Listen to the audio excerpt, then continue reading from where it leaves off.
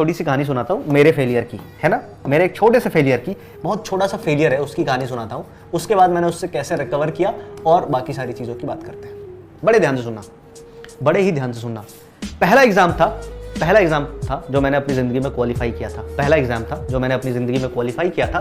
That was या इससे भी पहले सुनो, 10th स्टैंडर्ड का पेपर देने के बाद, 10th स्टैंडर्ड में पास होने के बाद, 10th स्टैंडर्ड में पास होने के बाद मेरे बहुत अच्छे परसेंटाइल आए थे। CGPA चलता था तो मेरे 10 CGPA आ गए थे। कैसे मुझे भी नहीं पता। देखो मैं साफ साफ बोलता हूँ कि मेरे नंबर तो बहुत ज़्यादा आए थे, कैसे आए थे मुझे भी नहीं पता, पर आ गए थे। हो सकता है राइटिंग अच्छी हो इस वजह से आ गया हूँ, या आप लोग को लगेगा सर बड़े हम्बल हो रहे हैं, पर नहीं यार, इतनी अच्छी अंग्रेजी भी नहीं थी मेरी कि मेरे इतने नंबर आने चाहिए, है ना। अंग्रेजी वगैरह मुझे पता है कैसी थी, तो मेरे बहुत अच्छे नंबर आए थे। तो बहुत अच्छे नंबर आने के बाद ना मैं धनबाद में रहता था, तो बोकारो वहाँ पे बहुत फेमस इलाका है। धनबाद के आसपास एक जगह है Bokaro, that is very famous for studies.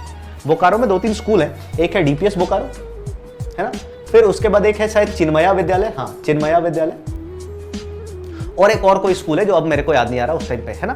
तो मैंने क्या हुआ, मैं DPS का एंट्रेंस देने गया, हो गया, मैं चिन्मया का एंट्रेंस देने गया, दोनों में हो गया। चिन्मया विद्यालय और DPS दोनों का एंट्रेंस देने गया, दोनों में हो गया, बट DPS की फीस बहुत ज्यादा थी।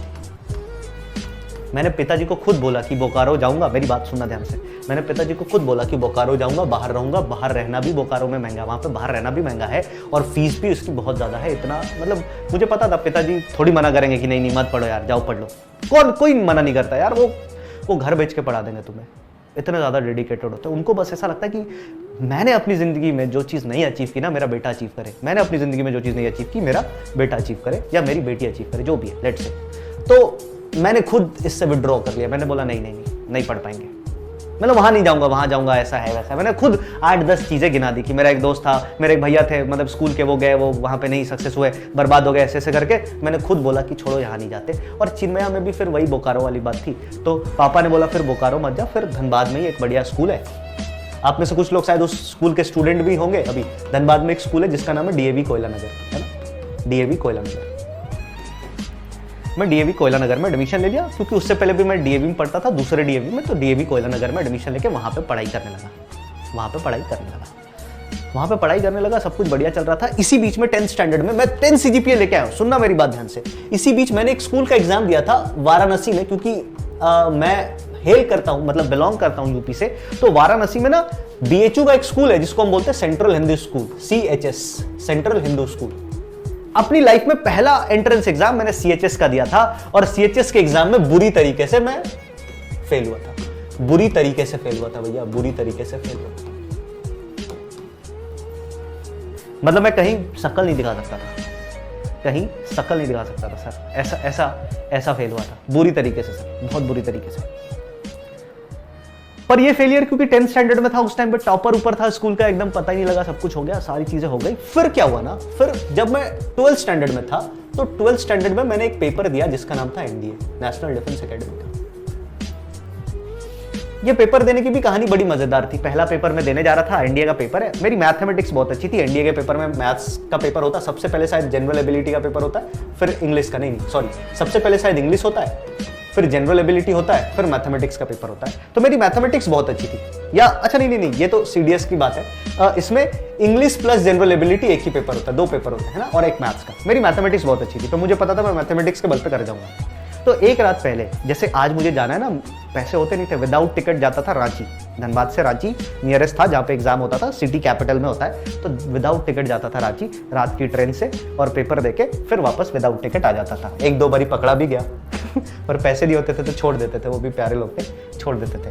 तो इस पेपर को ना एक रात पहले मैं पढ़ के गया, मेरा सिलेक्शन हो गया इंडिया में, मुझे भी नहीं पता कैसे, पर हो गया सिलेक्शन इंडिया में। उस टाइम ना मुझे बहुत प्राउड फील हुआ। फिर मेरा JEE मेंस का पेपर था। JEE मेंस के पेपर के 2 दिन के बाद मेरा इंटरव्यू था, कहां पे, बैंगलोर में। 2 दिन के बाद JEE मेंस का पेपर था, उसके 2 दिन के बाद मेरा इंटरव्यू था बैंगलोर में, और मैं धनबाद में JEE मेंस का पेपर देना। और यहाँ पिताजी ने बोला एक काम करते हैं, फ्लाइट की टिकट करा लेते हैं, उससे पहुंच जाएंगे, ऐसे तो पहुंच नहीं पाएंगे। फिर मुझे अंदर बहुत बुरा लग रहा था कि यार इतने पैसे खर्च करा के जाऊं और सिलेक्शन ना हो तो कितनी बुरी बात है। फिर किसी ने बताया कि जब तुम जाओगे ना तो तुम्हें रीइंबर्समेंट मिल जाता, पैसे कुछ वापस मिल जाते हैं। मैंने बोला फिर ठीक है, तो फिर हमने फ्लाइट की टिकट करा ली, वो तो काफ़ी महंगी थी, और मैं बैंगलोर चला गया।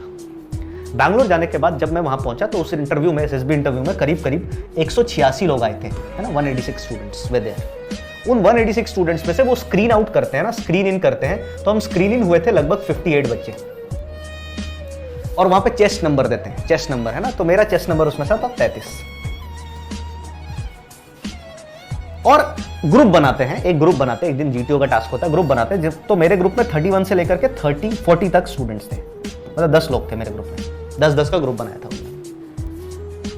आप विश्वास नहीं करोगे, जिस दिन रिकमेंडेशन हुआ ना भाई, जिस दिन रिकमेंडेशन हुआ ना, तो उस दिन 58 में से 12 लोग रिकमेंड हुए, जो कि बहुत ज्यादा है। अगर आप में से कोई भी थोड़ा बहुत आर्मी बैकग्राउंड से है, सुनता होगा, समझता होगा, पढ़ता होगा, तो उसको पता बहुत ज्यादा, 58 में से 12 सिलेक्शंस बहुत ज्यादा होते हैं, बहुत ज्यादा। और मेरे ग्रुप में से कौन कौन सेलेक्ट हुआ? Chest number 31, chest number 32, chest number 34, chest number 36, chest number 36, chest number 38 and chest number 39। 1 2 3 4 5 6, हम 10 लोगों के ग्रुप में से 6 बंदे सेलेक्ट हुए थे सर। और उसमें नहीं सेलेक्ट होना कितना बुरा लगता है तुम सोच भी नहीं सकते। उसमें नहीं सेलेक्ट होना कितना बुरा लगता है तुम सोच भी नहीं सकते। आई वॉज नॉट सेलेक्टेड भाई, मैं बाहर हो गया, मेरे को स्क्रीन आउट कर दिया। मैं अपनी लाइफ में इतना बुरा मुझे आज तक नहीं लगा था जितना उस दिन लगा था, क्योंकि मेरा जेई मेंस का पेपर था, बहुत फोड़ गया था। जेई मेंस 360 मार्क्स का होता था, तोड़ के मैं 200 प्लस नंबर लेके आ रहा था, उसमें अच्छा नंबर लेके आ रहा था, तो मैं खुश था कि चलो इधर तो बन जाएगा। पर यहां पे नहीं होना मुझे इतना बुरा लगा ना। और फिर मैं बताता हूँ, उस टाइम पे I developed a love for Indian defence services, कि भाई जिंदगी में कुछ करना चाहे नहीं करना, यहां तो जरूर जाना है। फिर मैंने आने वाले साल में बहुत बार पेपर दिया, बहुत कुछ किया, पर एट द एंड मेरा डिफेंस सर्विसेज में नहीं हुआ सर। और आपको मैं बता दूं, मैं इस फील्ड में जब से पढ़ा रहा हूं ना, आखिरी बार मैं एसएसबी देने गया था कब? जब मैं पढ़ा रहा था, स्टूडेंट्स को पढ़ा रहा हूं, जेई की तैयारी करा रहा हूं, और मैं खुद भी एसएसबी देने जा रहा हूं। दैट वाज 2019 में महीना होगा फेब वगैरह का, तो मैं सीडीएस का पेपर देके एसएसबी देने गया था भोपाल, एसएसबी भोपाल। उस बार भी नहीं हुआ ना, तो मैंने डिसाइड किया चल ठीक है, कोई ना, इसमें नहीं होना मेरा, शायद मैं इसके लिए बना ही नहीं हूं, शायद कुछ ऐसा, शायद कुछ वैसा। एक बारी सिलेक्शन हुआ, तो कुछ मेडिकल की वजह से मैं बाहर हो गया, ऐसा भी है। तो बहुत बुरा होता है सर ये फेलियर। और इसी के लिए मैं बोल रहा हूं कि इतनी मेहनत करो ना कि ये दिन देखना ना पड़े तुम्हें आगे, क्योंकि जब तुम फेलियर देखोगे ना, टूट जाओगे बे। सारे लोग गाली देते हैं भाई, सारे लोग गाली देते हैं, बोलते हैं अच्छा और करेगा इंडिया, बहुत मजाक उड़ाते हैं भाई कि हवाई जहाज से जाएगा, पढ़ता ये नहीं है, हवाई जहाज से जाएगा। जो तुम्हारे अच्छे दोस्त यार होते हैं ना, जिनको तुम पार्टी दे रहे हो ले जाके, वो भी गाली देगा सर, वो भी चढ़ के मुंह पे गाली देगा। तो अगर फेलियर है तो उससे सीखो भाई, और स्ट्रॉन्ग कमबैक करो, लाइफ में स्ट्रॉन्ग कमबैक करो। लेकिन मेरे साथ अच्छा था कि मैं इंजीनियरिंग कॉलेज का स्टूडेंट था, तो अब मुझे फर्क नहीं पड़ता था लोगों से, मुझे पता था मैं जो भी करूंगा फोड़ करूंगा, बाकी दुनिया को जो करना है करने दो। खैर वापस आते हैं सर, है ना, वापस आते हैं। तो हम बात कर रहे थे सूडो इनट कॉन्फ़िगरेशन की, एक बार इसकी बात कर लेता हूं, इस पे